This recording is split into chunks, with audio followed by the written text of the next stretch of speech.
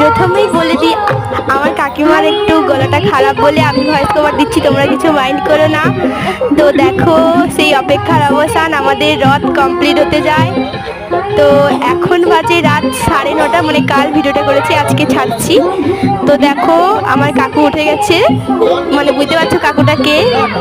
তারপরে যে উঠে চূড়ায় উঠে গিয়ে কাজ করছে রথে। তারপরে আমার ছোট দাদা গোটাটা মানে সাজাচ্ছে, কিন্তু ভিডিওটা করেছে কাকিমা, কিন্তু আমি ভয়েস কভারটা দিচ্ছি।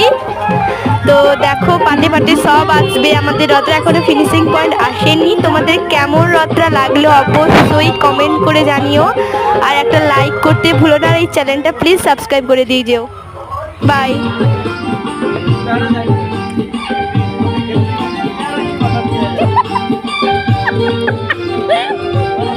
দেখবে